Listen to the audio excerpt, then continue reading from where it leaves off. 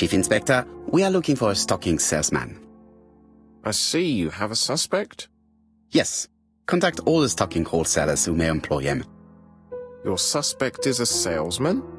No, he does not take orders. He sells door to door. Right. The hunt is on.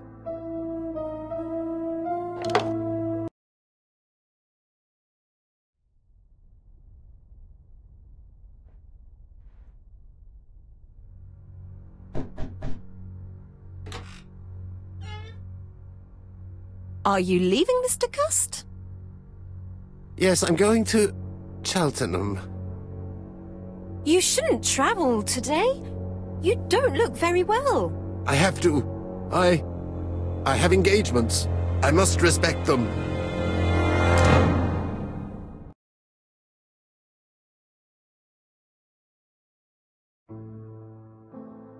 Can you get the post, Hastings?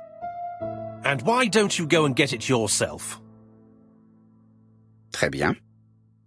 What's going on? I've never known Hastings to be so disagreeable.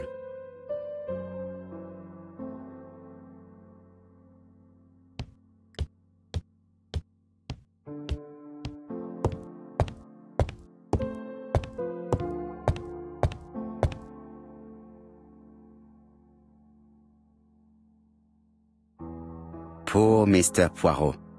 I'm quite sorry for you. If at first you don't succeed, try again. We've a long way to go still. Typery? No, that comes later. Letter T. The next little incident will take place in Doncaster on September 11th. So long, ABC. I should compare this letter with the one on my desk which I received earlier to see if it does indeed come from the same person.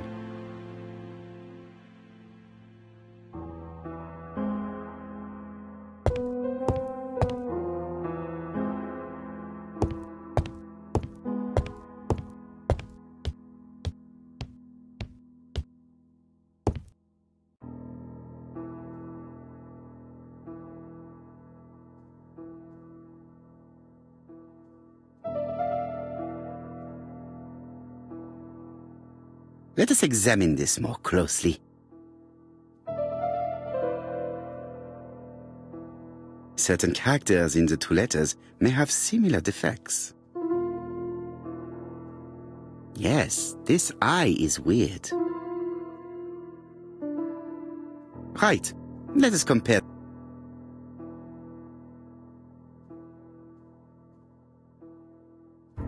Yes. The I characters in the two letters do indeed have the same defects. I have to find some others.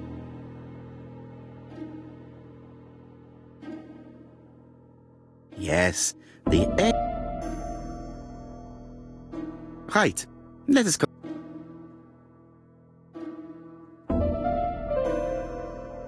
That's right, the A character. I have to find some others.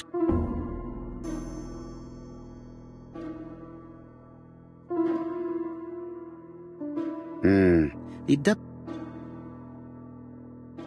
Right. Let us compare this with.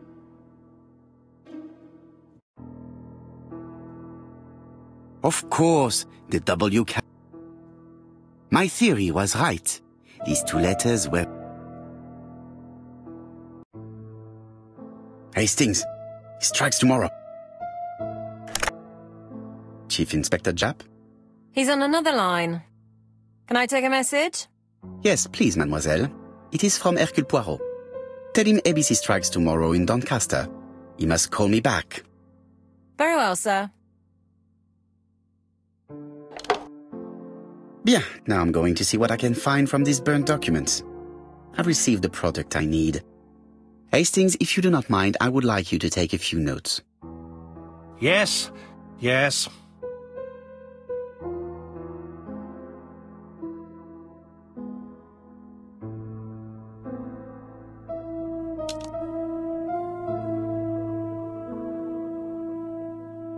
If someone has tried to get rid of this doc.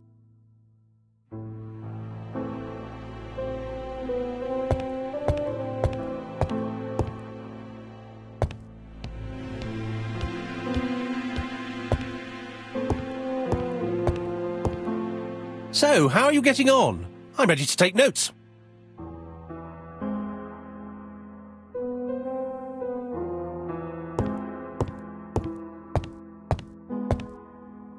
Now, down to work. What of this needs putting in order a little?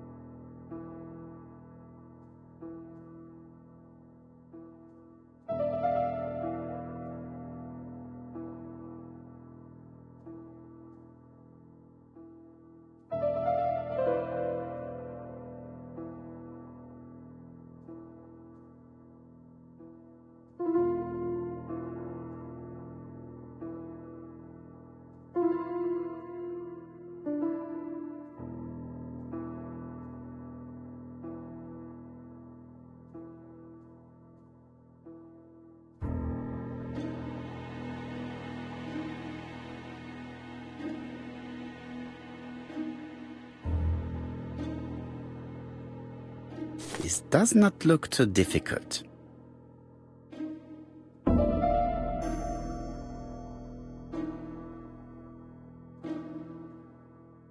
It's so simple. This piece should be placed here.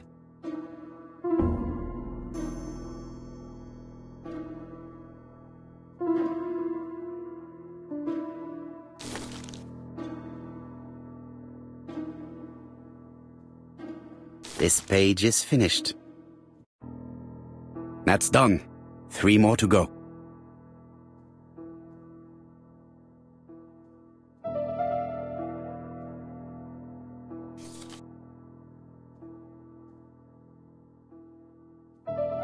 This piece should be placed here.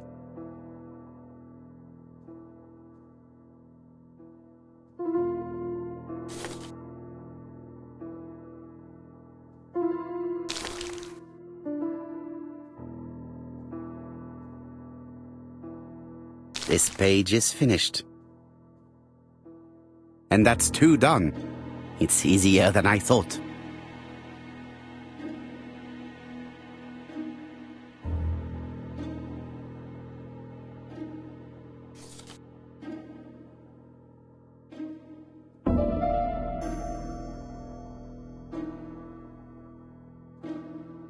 This piece should be placed here.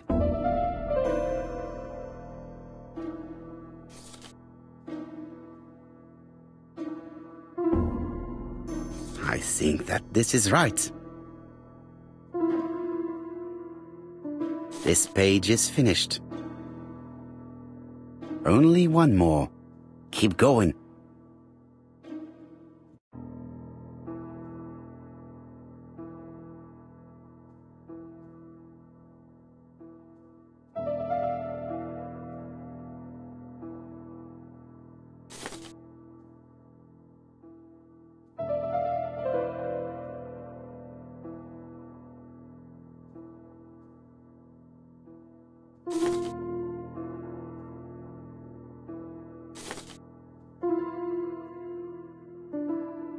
I think that this is right. This page is finished. All the pages are reconstructed.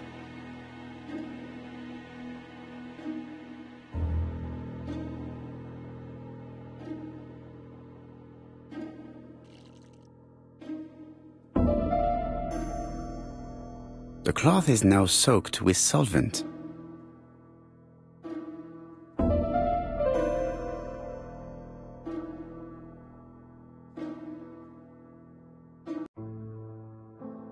Got it! Make a note, Hastings, make a note. Mrs. Alice Asher, shop owner in Andover. Tracheitis, hemoptysis, prescribed laudanum. I got it. Look. Poirot, where on earth did you find these files? On a fire at the bottom of the garden at Campside. All right, but where did the person who burned them find them?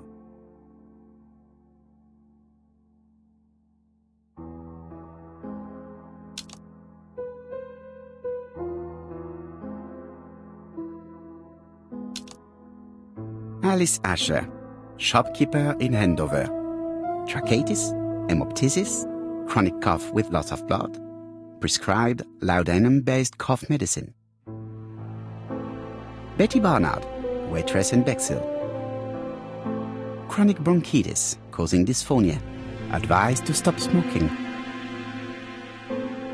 Alexander Bonaparte Cust, war wounded, mustard gas and head trauma, pulmonary emphysema, hemoptysis, coughing fits with blood, suffers from absences and amnesia. Dick Dudley Dunbar, owner of the Black Swan Hotel in Doncaster, asthmatic, heart disease, heart condition. Let us now try and get our brain cells to work.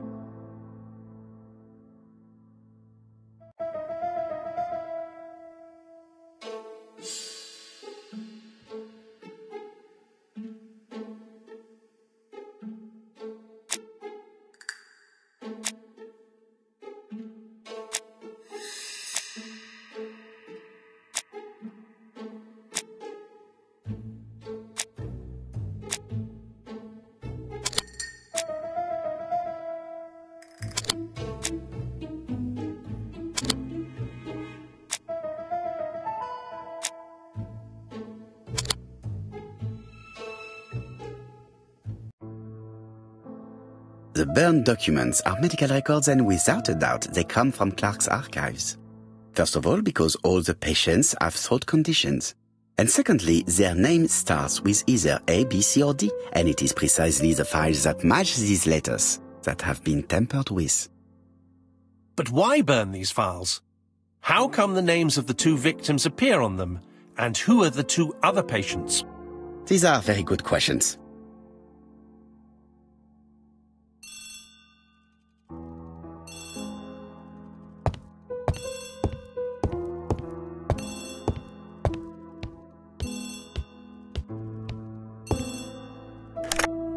Hello, Poirot? Any news, Chief Inspector? You wanted a stocking seller? We have one. Reported by his landlady, who thought he was behaving suspiciously. He has the most unbelievable name.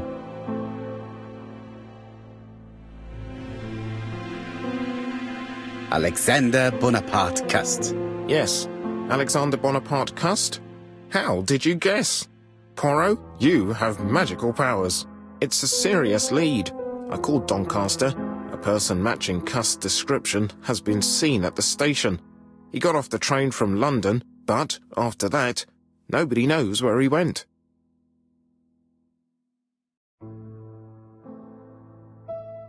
Look for him at the Black Swan Hotel. What? How do you know he's there? Trust me, Chief Inspector. You appear to be very sure of yourself. Very well.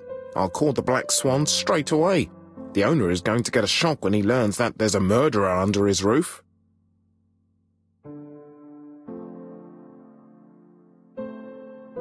Do your best, Jap. You can count on me. Hastings, everything is at stake. With a little luck, our main suspect will soon be under lock and key.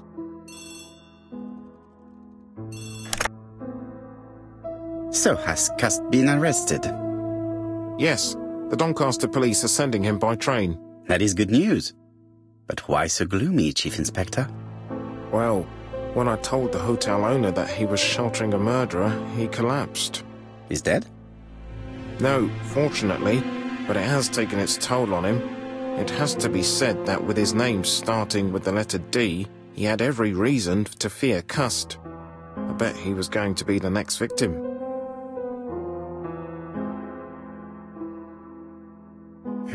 Chief Inspector, I believe that I share responsibility for this incident. What do you mean? I saw Mr. Dunbar's medical records. His heart was weak. I should have warned you. It's very honest of you to tell me that, Poirot. I appreciate your gesture. Please keep me informed of his progress. You can count on me. I'll do what's needed. I will visit him at his bedside when the killer is caught. That's typical of you, Poirot. We should focus on the next part of the investigation in order to avoid other incidents. While we're waiting to question Cust, we could search his room in London. Where does he live? The Marbury Guest House. I'll see you there. Yes, but start without me. First of all, I have to sort out a few details for cust transfer. I understand. À bientôt. Hastings, we are making good progress. Please go and search the room of our number 1 suspect. With pleasure. I did have a dentist appointment, but I'll cancel. The dentist. So that is why you are so nervous and bad-tempered. A visit to the dentist is never an enjoyable prospect. But an unavoidable one. Go to your appointment, Hastings. I will manage on my own.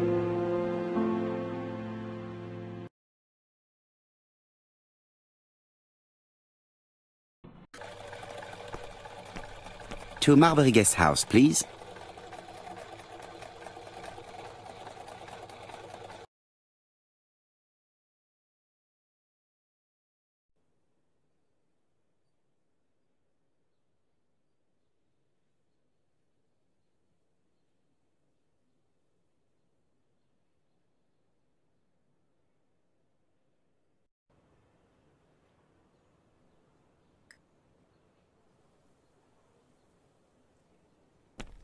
Marbury. There is a very pretty village by this name, in Cheshire.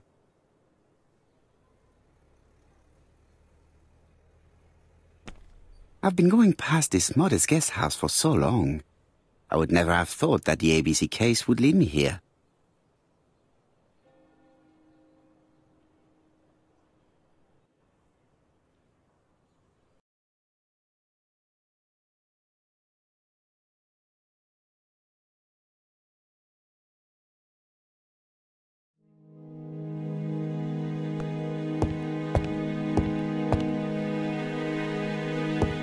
It is a very beautiful piano. Maybe Mrs. Marbury likes to play in her free time.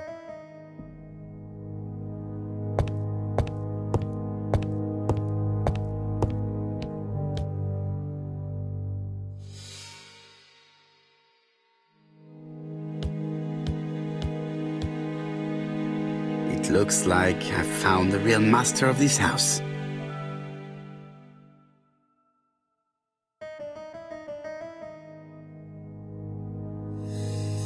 There is no need to worry about the household cat.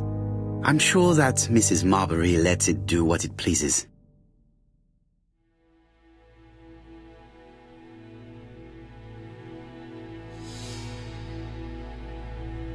How do you do? You must be Mr. Hercule Poirot.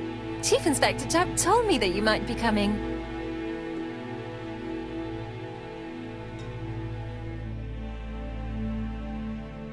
Madame, you may be of valuable help to me. It would be my pleasure to help you. Will there be some journalists there as well? I think you might even be interviewed. You are key witness. I've suspected him for some time, but he appeared so harmless. Oh yes, sometimes he got angry and waved his arms about. But even then, he wasn't frightening. And he was as gentle as a lamb again immediately afterwards. It was only this morning that I understood. He told me he was going to Cheltenham, but my daughter saw him at Euston Station. It's not the right station. To get to Cheltenham, you have to take the train from Paddington. And what's more, Mr. Cuss left behind an ABC with Doncaster underlined. As you can imagine, when I saw that, I called Scotland Yard.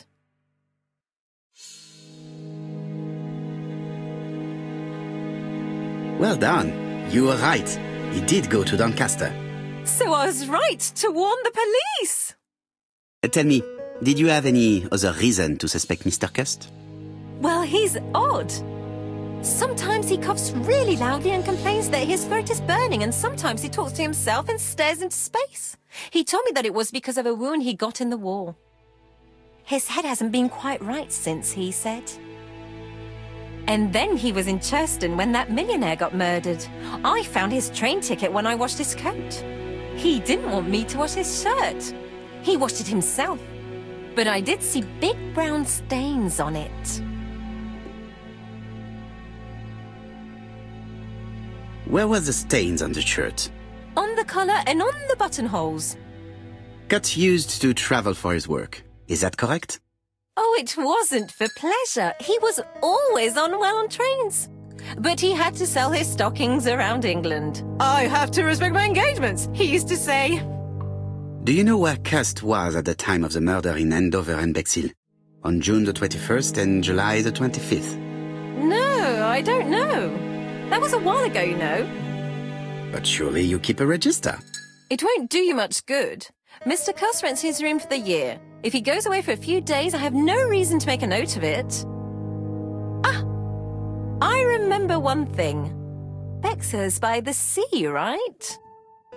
Indeed, it is a large seaside resort. Well, as it happens, at the start of July, Mr. Cust asked me to repair his bathing dress. Suspicious, huh? Very interesting. Please continue. I also forgot to say that he started buying newspapers that talked about the case.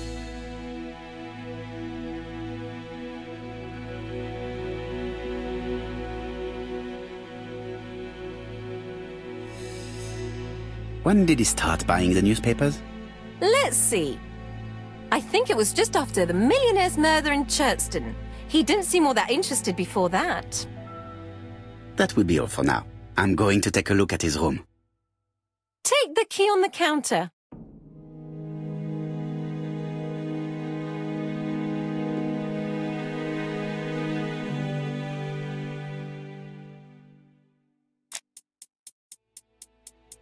This woman appears to be in a good mood.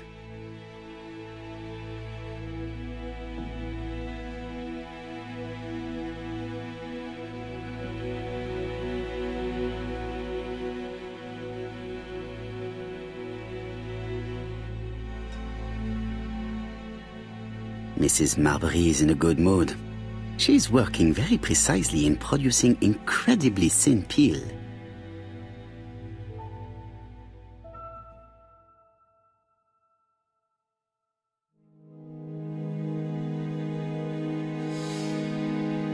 I don't think my register will help you.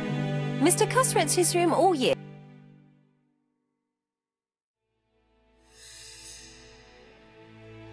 The truth is becoming apparent, and I have something to say to Mrs. Marbury.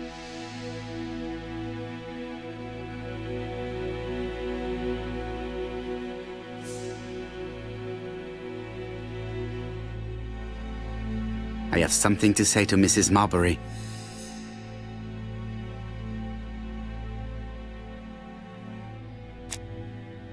Mrs. Marbury is in a good mood. She's working very precisely in producing incredibly thin peel.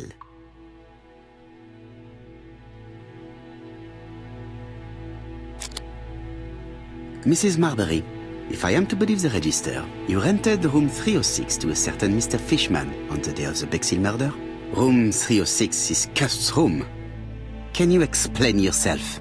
Yes, I remember. Just for one night as a favor. Mr. Cust was away, all my other rooms were taken, and poor Mr. Fishman had nowhere to go.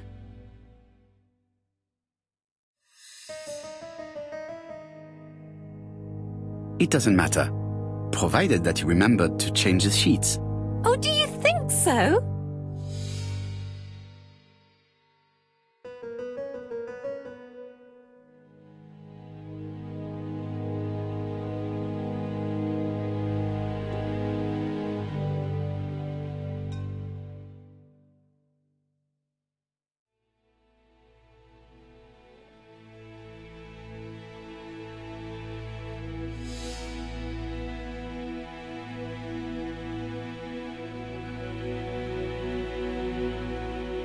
Laudanum Cameron's Chemists. Laudanum, a medicine for coughs. It is what Dr. Clark prescribed for Mrs. Asher. This subject would probably be useful to me.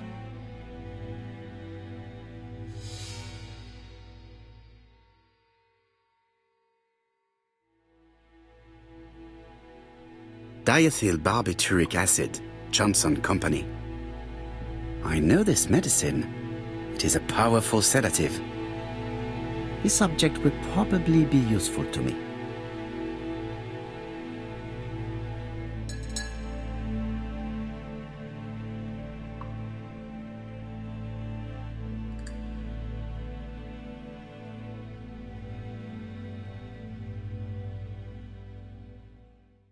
How hopeful. This place is a real mess.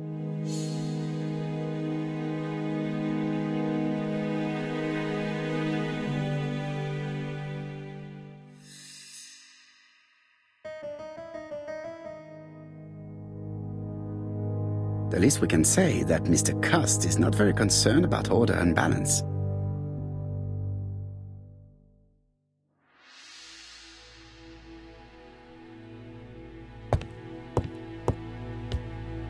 War of 1914-1918. By the King's order, the name of Corporal A.B. Cust, Devonshire Regiment, was published on the London Gazette on May the 10th, 1918, as mentioned in a dispatch for gallant and distinguished service.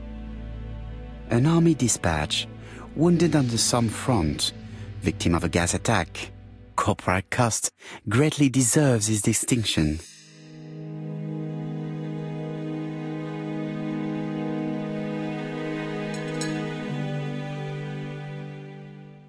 John Milligan, Managing Director, Silky Legs, Frederick Street, Leicester.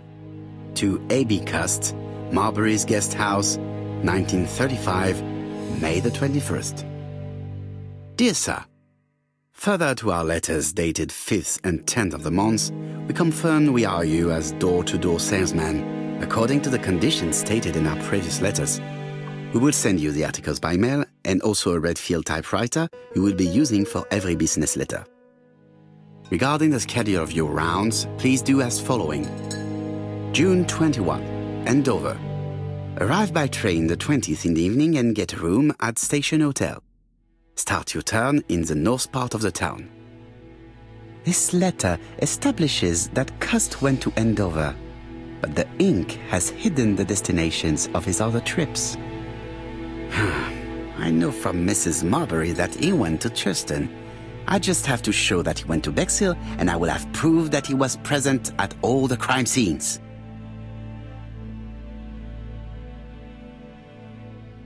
Did Cust drop it when he opened the window, or was it Mrs. Marbury while she was cleaning?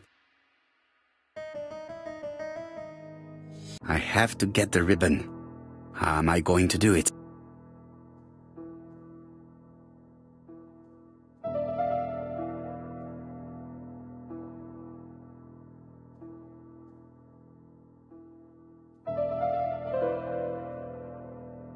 The left-hand heel has been removed.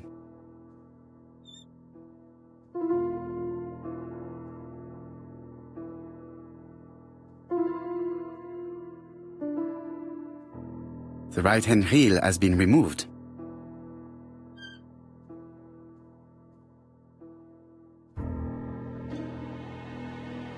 Something is blocking the...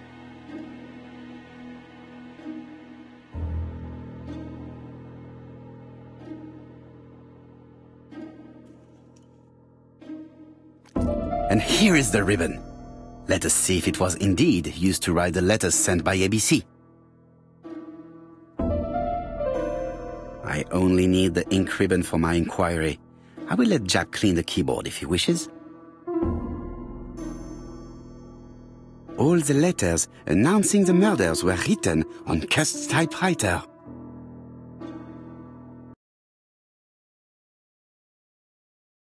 It's an ABC.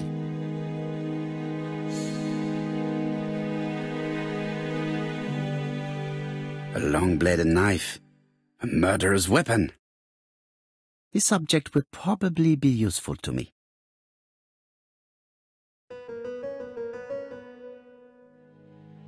Cust is parsimonious. He keeps his pencils and sharpens them until there is nothing left. It is clear that he did not grow up in luxury.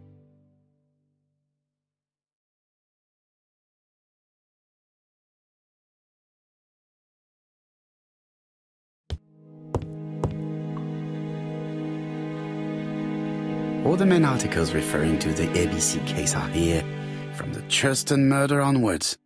Nothing before that date. Most probably the bathing dress repaired by Mrs. Marbury's expert hands. The Bexhill Daily paper, dated from the day of the Bexhill murder. Trousers, white shirts, Everything has been washed very well.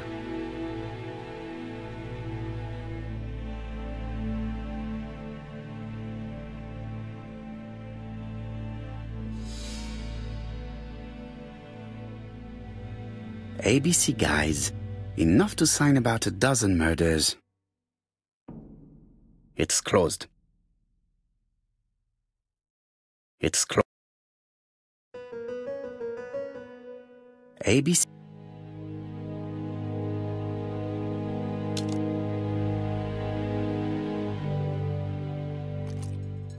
This knife is very useful. Who knows? Maybe it never cut anything other than string. Stockings.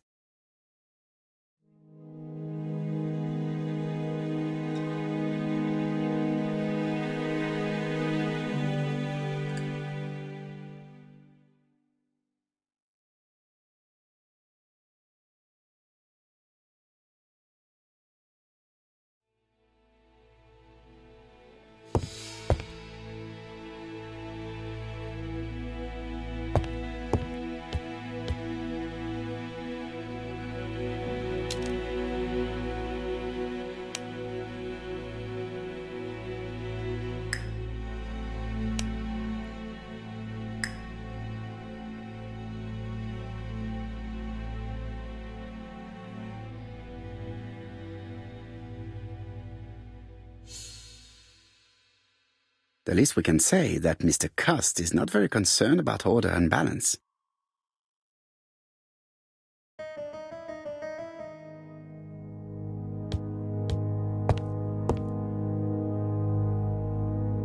This dark stain. It could be blood, but goodness knows how long it has been there. Let us now try and get our brain cells to work.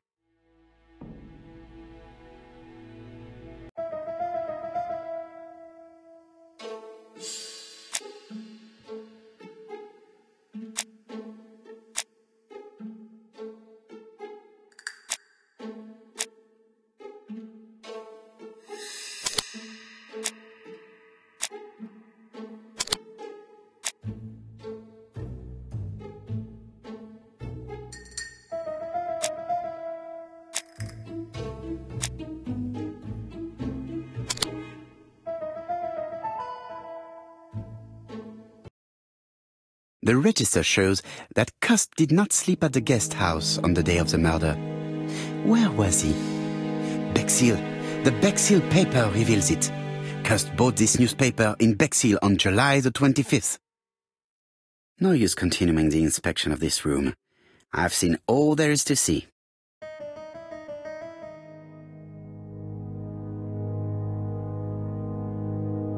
Goodbye, Mrs. Marbury. Thank you for your help. Bye. Ah, Chief Inspector. I was about to leave. Good evening, Chief Inspector. Welcome. Please excuse me, I must go to the kitchen. I'll leave the key of Mr. Cust on the counter. I'm sorry I'm late. I've spent ages with the Doncaster police. And you? I have established one fact. On 3 occasions, Cust was at the scene on the day of the crimes.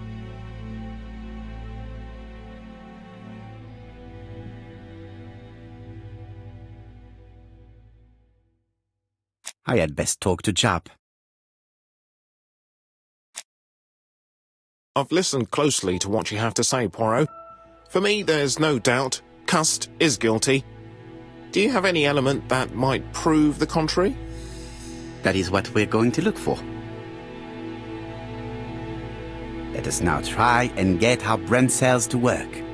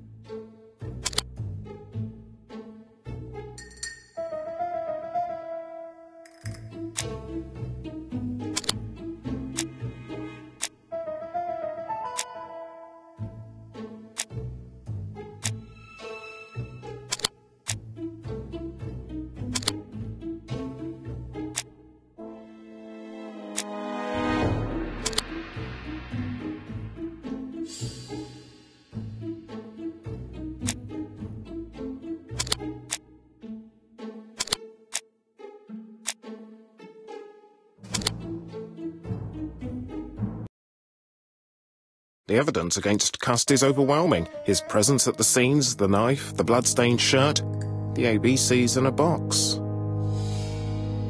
C'est vrai. However, the blood Mrs. Marbury saw on Cust's shirt may have been his own. According to his medical records, he suffers from hemoptysis. The murderer cut Sir Carmichael's throat from behind, and the blood spurted outwards. You would expect the murderer's shirt to be stained on the sleeves, not on the buttonholes, yet we see quite the opposite. You would expect the murderer to keep the newspaper articles about his crimes. But Cust's collection starts in Cheston, as if it discovered the case rather late. I agree it's troubling, but it doesn't change my mind. There's small details that we should be able to clear up by questioning Cust. When can we talk to him? Doncaster is sending him to us on the first train. Are they questioning him already? He says he can't remember a thing. It's plausible. Doctors say he suffers from absences and amnesia. Mrs. Marbury has confirmed this. He may have done the murders in an altered state. A familiar situation. It's not enough to clear his name. Dr. Thompson insisted that even if you don't know what you're doing, you never commit a murder without wanting to. Très intéressant. I shall remember that. Right. I'll go and examine the suspect's room. Chief Inspector, I took the liberty of removing a few clues to examinatum. All right, we'll discuss them tomorrow. In the meantime, I'm going to see if you've missed something.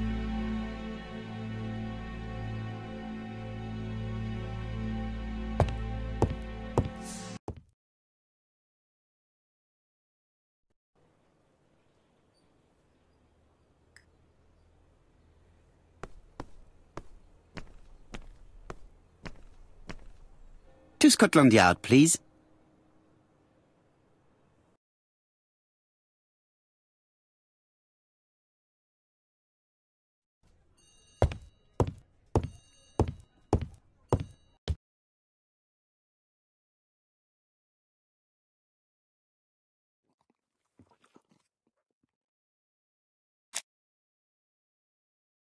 This man is not in good shape.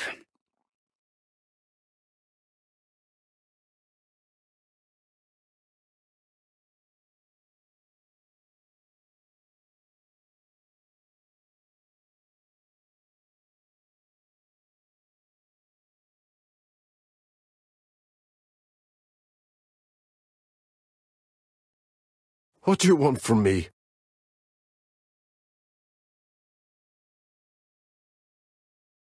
He is worried and very tired, and other police have been hard on him.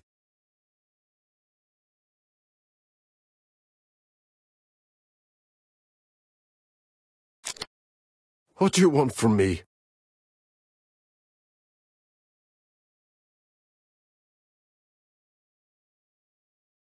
Good day, Mr. Cust.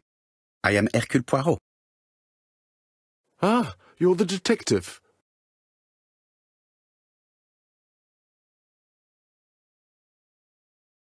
Yes, I am the person you have been sending the letters to.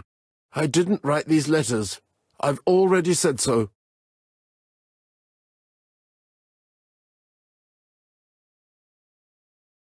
Maybe you forgot that you wrote these letters. Yes, it's true. Sometimes I forget. Maybe I did type them.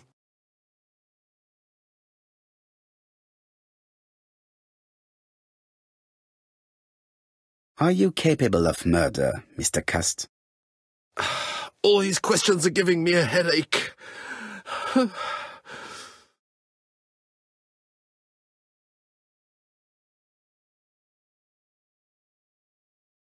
You suffered during the war. It's true. I was wounded. I suffered. But the army was the only place I didn't feel inferior. No questions. Just orders to follow. But ever since you were wounded, you have absences, bouts of amnesia. And headaches. Professor Clark treated you. Yes, a few years ago he really helped me with my burned throat.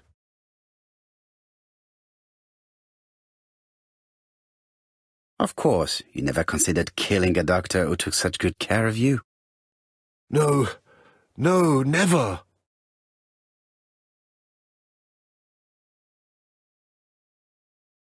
Do you deny being at the scene of the crimes? So? There was no harm in being there. It was only for my work.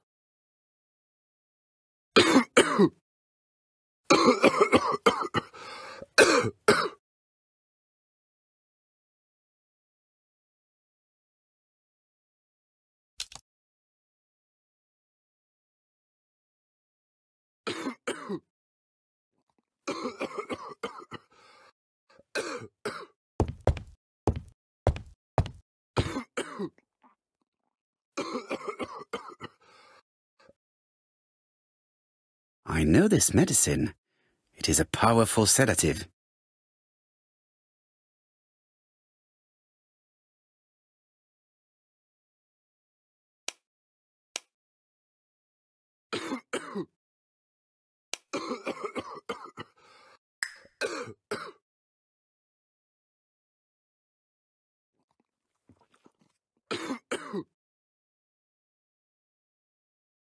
Laudanum, a medicine for...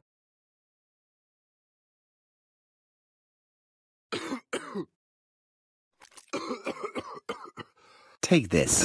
It will help you. Thank you.